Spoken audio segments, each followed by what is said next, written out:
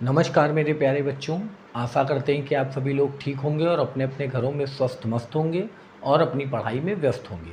बच्चों, आज फिर से हम आपके लिए क्लास 9th एक्सरसाइज 2.3 का सम नंबर 3 के चारों पार्ट लेकर आ चुके हैं। तो इसके पहले बच्चों, आपने अगर 2.3 का क्वेश्चन नंबर 1 और 2 नहीं देखा है तो उसे ज़रूर देख लें और एक्सरसाइज स्टेप बाय स्टेप ज़रूर देखा करिए। तो चलिए स्टार्ट करते हैं।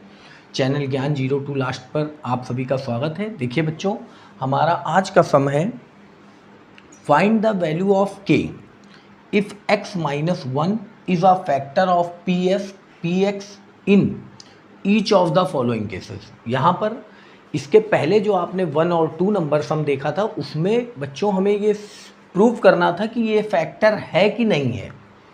अगर हमारा पॉलिनॉमियल 0 के इक्वल हो रहा था तो वो पॉलिनॉमियल का फैक्टर होता था, अदरवाइज ये फैक्टर नहीं माना जाता। ठीक है, यहाँ पर हमसे कह रहा है कि फाइंड द वैल्यू ऑफ के if x minus 1 is a factor of P x in each of the following cases. कि यहाँ पर दो चीज़ें आपको एकदम क्लियर है कि सबसे पहले x माइनस 1 इसका फैक्टर है वो कह रहा है, और जब x माइनस 1 फैक्टर है तो आपको यहाँ से x की वैल्यू मिल जाएगी और आप उस वैल्यू को यहाँ पुट करके बिल्कुल ईजिली k की वैल्यू फाइंड कर सकते हैं। तो चलिए स्टार्ट करते हैं।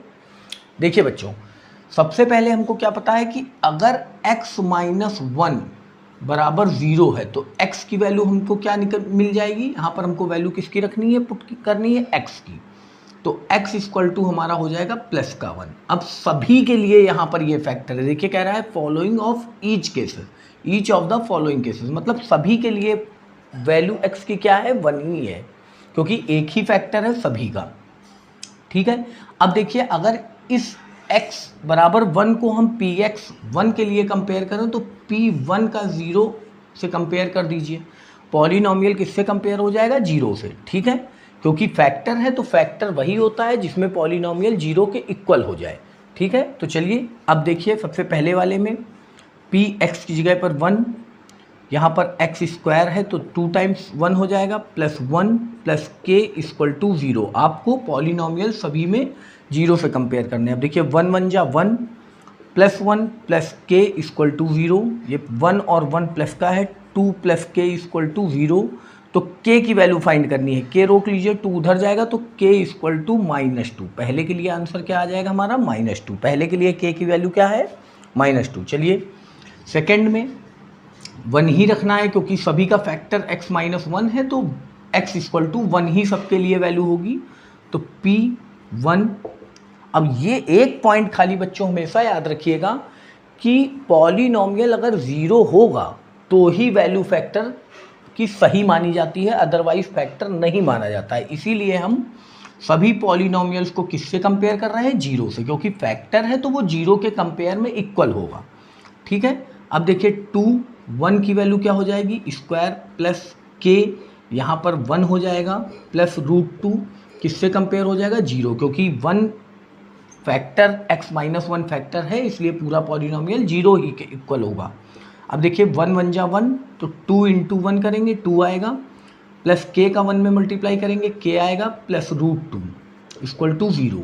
अब देखिए यहाँ पर 2 प्लस के प्लस √2 इक्वल टू 0। अब दोनों को उधर कर दीजिए तो देखिए के इक्वल टू, ये 2 उधर गया तो ये माइनस का √2 हो गया और ये उधर गया तो माइनस का 2 हो गया। अब इसमें आप अगर चाहें तो आप माइनस कॉमन भी ले सकते हैं तो माइनस आपका बाहर आ जाएगा, नहीं तो आपकी वैल्यू यही आएगी। और अगर आप माइनस कॉमन ले लेते हैं तो ये दोनों प्लस के हो जाएंगे, माइनस आपका कुछ इस तरह हो जाएगा, -√2 + 2। ये आगे पीछे भी लिखे हो सकते हैं, उससे कोई फ़र्क नहीं पड़ता। चलिए तीसरे में देखते हैं। p पॉलिनॉमियल x की जगह क्या रखना है, 1। चलिए k 1 का स्क्वायर हो जाएगा, -√2 इंटू 1 हो जाएगा, प्लस 1 इक्वल टू 0। तो 1 1 जा 1 और k का मल्टीप्लाई करेंगे तो k आएगा, यहाँ पर देखिए -√2 आएगा, प्लस 1 इक्वल टू 0। चलिए फिर वैसे ही k इक्वल टू, हम √2 उधर ले जाएंगे तो माइनस का इधर है, उधर हो जाएगा प्लस का, और 1 उधर ले जाएंगे तो माइनस का। ये हमारी वैल्यू आ जाएगी 4 के लिए। ठीक है, यहाँ पर देखते हैं p x की वैल्यू क्या रखनी है 1, क्योंकि सभी का फैक्टर x माइनस 1 है और उसका 0 1 होगा, इक्वल टू 1 की k 1 का स्क्वायर हो जाएगा माइनस 3 इंटू 1 हो जाएगा प्लस k हो जाएगा। ठीक है, अब देखिए बच्चों यहाँ पर k माइनस 3 और प्लस के, अब यहाँ पर कंफ्यूज होने की कोई ज़रूरत नहीं है, ये भी प्लस के है ये भी प्लस के है, तो ऐड हो जाएगा 2k minus 3 equal to 0, 2k equal to 3 उधर जाएगा तो प्लस का हो जाएगा और k इक्वल टू 3/2।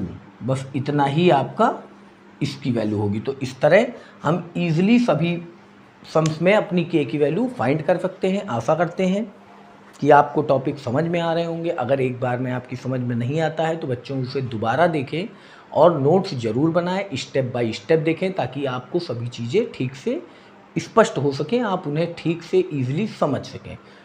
चैनल को अपना सपोर्ट दीजिए, प्रेम दीजिए, समर्थन दीजिए। नमस्कार।